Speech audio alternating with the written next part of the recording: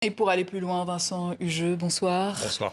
Journaliste et enseignant à Sciences Po. Tout d'abord, j'imagine que comme beaucoup, vous avez été surpris d'apprendre cette rencontre au Qatar entre le président Tout à fait. congolais Tshisekedi et Paul Kagame, oui. Alors que les tensions étaient vives. Oui, les tensions étaient vives. On avait les regards tournés vers Luanda pour savoir si oui ou non cette rencontre aurait lieu, avec quelle composition, etc. Et voilà que ce qui semblait improbable survient. Tout ça a été préparé dans le plus grand secret, avec une médiation très active donc, de l'émir du Qatar.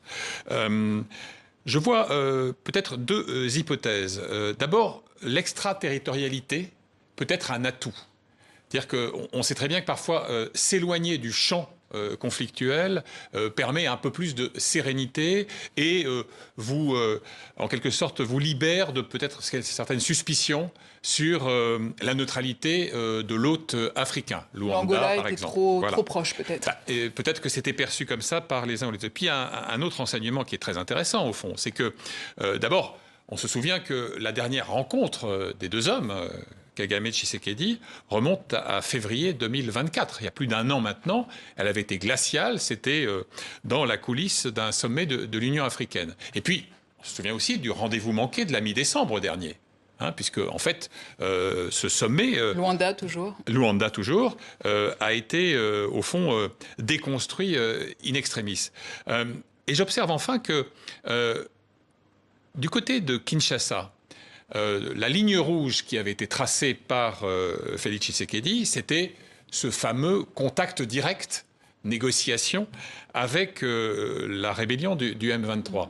Lui a toujours considéré que son interlocuteur véritable, c'était Paul Kagame, puisqu'il est le mentor et le parrain de la dite rébellion, ce qui a été amplement documenté par diverses sources africaines et internationales.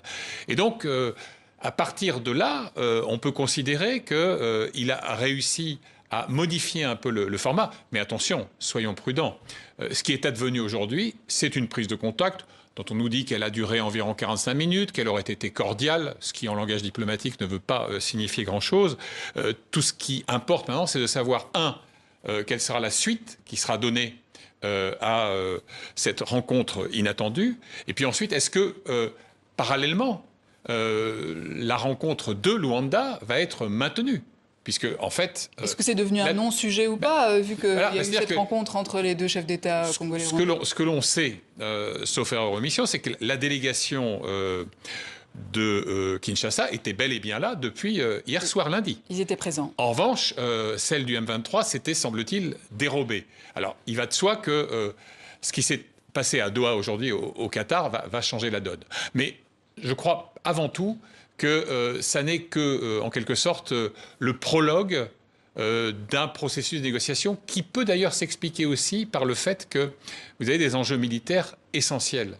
On sait très bien que le M23 a réussi, semble-t-il, d'après des sources convergentes, une percée assez significative dans ce qu'on appelle le territoire de Walikale, qui constitue une sorte de verrou stratégique sur la route de Kisangani.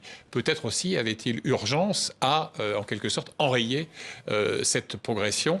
Et on citait dans l'entourage de Félix Tshisekedi l'un de ses conseillers qui disait ceci: « Nous espérons que cela va calmer les ardeurs des combattants sur le terrain. » Mais quand même, Vincent Hugeux, cette question de timing de l'UE qui sort ses sanctions à la veille de pourparlers de paix, comment expliquer cela? Qu'est-ce que ça veut dire?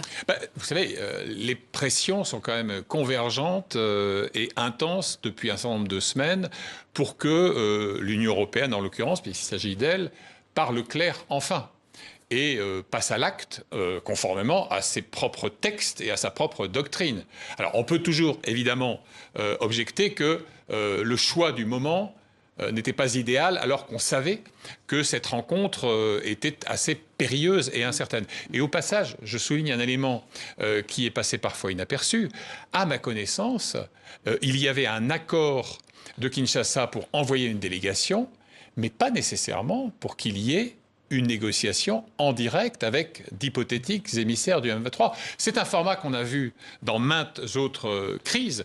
Vous pouvez avoir les uns dans une pièce, les autres dans l'autre, le médiateur qui converse avec les uns puis les autres et qui essaye de faire passer les messages. À ma connaissance, il n'y a pas eu de rupture du dogme de la ligne rouge vue de Kinshasa.